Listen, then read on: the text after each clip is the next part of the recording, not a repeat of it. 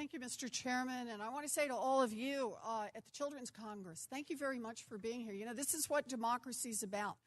People here in Washington will decide how we spend money and how much money goes into research for diabetes and for other medical problems. And so you're coming here and making the case for why it's important that we put money into research for diabetes is really important.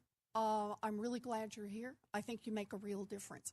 I also want to say to Senator Collins and to Senator Shaheen, thank you very much for your leadership in creating a caucus that has made a real difference. I'm a new senator. I'm just getting started, so I'm learning about this. But they have shown great leadership in making sure that there's better funding, better support, better awareness here in Washington for the issues surrounding diabetes. So thanks for being here today. I also want to say to our panel, terrific panel, thank you so much. I'm grateful to all of you for being here. But there are a couple of questions I want to follow up on. I want to start with you, Dr. Rodgers. This isn't just about the level of funding, which I understand is critically important, but it's also the long-term commitment on funding.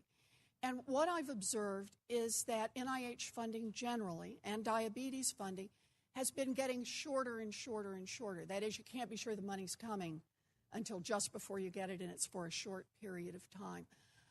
I suspect that has an impact on the research and on attracting more people to do more research in this field. Could you speak about that just a little bit, Dr. Rodgers? Thank you, Senator. You're absolutely right in your observations. I think when one, first of all, let me start off by saying that the investments are already paying off. As clearly shown in this critical studies, the Diabetes Control and Complication Trial, people are living longer and healthier lives than even a decade ago. And so if future promise is anything about past successes, really point out that we're really at that point in which we're about to make major milestones and landmarks. Now, specifically to your question about the duration of funding, as one is managing programs, one has to think about what are the feasible programs that one can begin. Clinical trials are such that without having an assurance for long-term funding, it would be, in a sense, unethical to put people into trials with all that's involved in the trials without knowing that the funding will continue through a period of time to see it successfully completed. And that's why the 3-year funding that Mr. Brewer suggests on the longer term makes both planning and management of clinical trials and clinical studies so vitally important. When we get 1 year of funding, of course we appreciate it and we try to manage it in a way that we can achieve it. But having longer term trials, longer term funding horizons allows us not only to complete ongoing trials or ancillary trials to those trials to get really the best return on the investment, but also to begin the planning of longer term trials as our external experts help us with prioritizing them.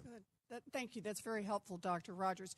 You know, as much as we talk about our funding through NIH, and please count me as a supporter of substantially increasing our funding, it's also important, though, to talk about the investments that are made by the private sector in new technologies and making living with diabetes easier.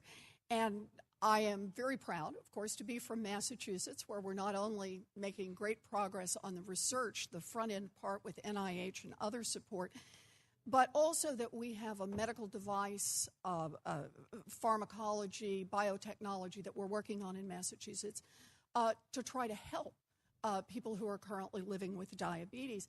And you raised the question about the special diabetes program. I understand there are clinical trials going on, and I understand, Mr. Ferguson, you've been a participant in the clinical trials. Is that right? Yeah. So okay, gets to the point. So I have a question for you. Would you mind just for a minute talking a little bit about what it's like to participate in a clinical trial on diabetes? Well, it's just a great experience. Even though you're going down for a trial, it's like I got to go down every month to get the drug Abatacept tested.